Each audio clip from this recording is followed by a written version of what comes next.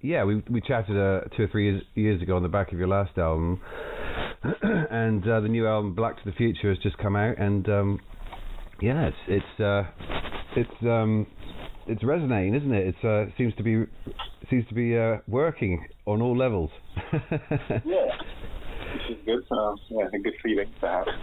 It's obviously it's very conceptual, isn't it? And you've written an essay to go along with it. Yeah. And the first bit, it starts by saying, is a sonic poem for the invocation of power, remembrance, and healing. And it envisions our progression towards a future in which indigenous knowledge and wisdom is centered in the realization of a harmonious balance between the human, natural, and spiritual world.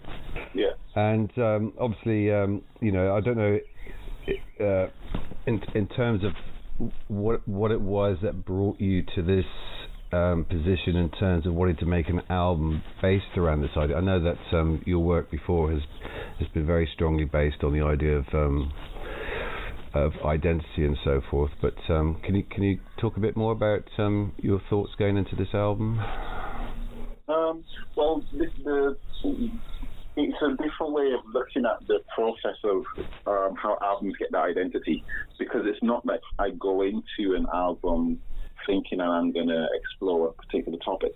What happens is that we make the album, like we write the music, rehearse, go into the studio, get the musical element down, and then it's a process of trying to figure out what was on my and our as a band's collective minds in that time when we were being creative. Yeah. Because there's just the idea that creativity doesn't come from nowhere. It comes from the things that feed you intellectually at the time that you're being creative. Yeah. So if I was, looking into these issues, these like kind of African cosmologies at the time of writing the music and really researching those kind of cultural worldviews, then that would have, that would be what sparked the music, what kind of fed the creative muscle, as it were. Yeah. So that's what the album's about. So when you start making music, I guess you've got that in mind, and you're basically making pure music, as it were, and then you sort of form it into something with guest vocalists and some lyrics as well. Is that how it generally works? The sort of process, the lyrics come afterwards, the words. Yeah, I mean, with the two songs that Joshua Idahen did, the poet, we recorded the tracks, and we were in the process of just kind of finalizing them when it was time of the whole kind of Black Lives Matter protest. So we wanted actually Joshua to just kind of contextualize that moment in time and connect it to the album. Yeah. So we just asked him to actually just give his perspective at that moment in time, so we can include it as something that really frames the album. You obviously got some other people involved as well. I think some of these people have been involved with you before. Theon Cross on tuba, and Edward Wakil, is that how you say his name? Wakil Hick? Wakili Hick. And on percussion, and Tom Skinner also percussion. Also mentions that you got some Americans involved as well. Angel Bat Dorwid from Chicago, and the poet activist Moore Mother. Did you know these people before, and how did you hook up with them?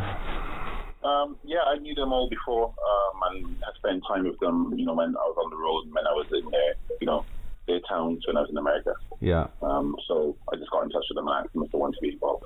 And obviously, the issue of equality and recognition and fairness and justice has been a big problem for a long time, particularly in America. Did you get any kind of sense of the situation in America the last time you were there?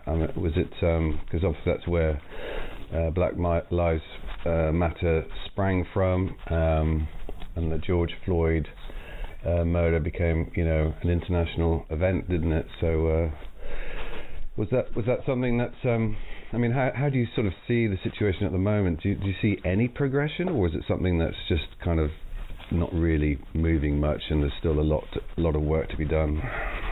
I mean, there's always progression, life progresses. There's always going to be progression from one thing to another. But, that progression is always going to be limited in a place like America, which has had, issues to do with, racism and white supremacy, ingrained within its structure for so long. Yeah. It's not going to be a matter where it just progresses and then it becomes a non-issue anytime soon. But in terms of my relation, what I kind of saw when I've been to America recently, America is a place that, it fosters multiple dimensions. So you can be in America and encounter the dimension of,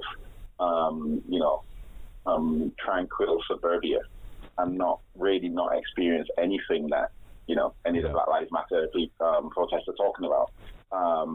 And that's something that's very specific to that society, and in some ways British society as well, where it's possible to really not see what's happening,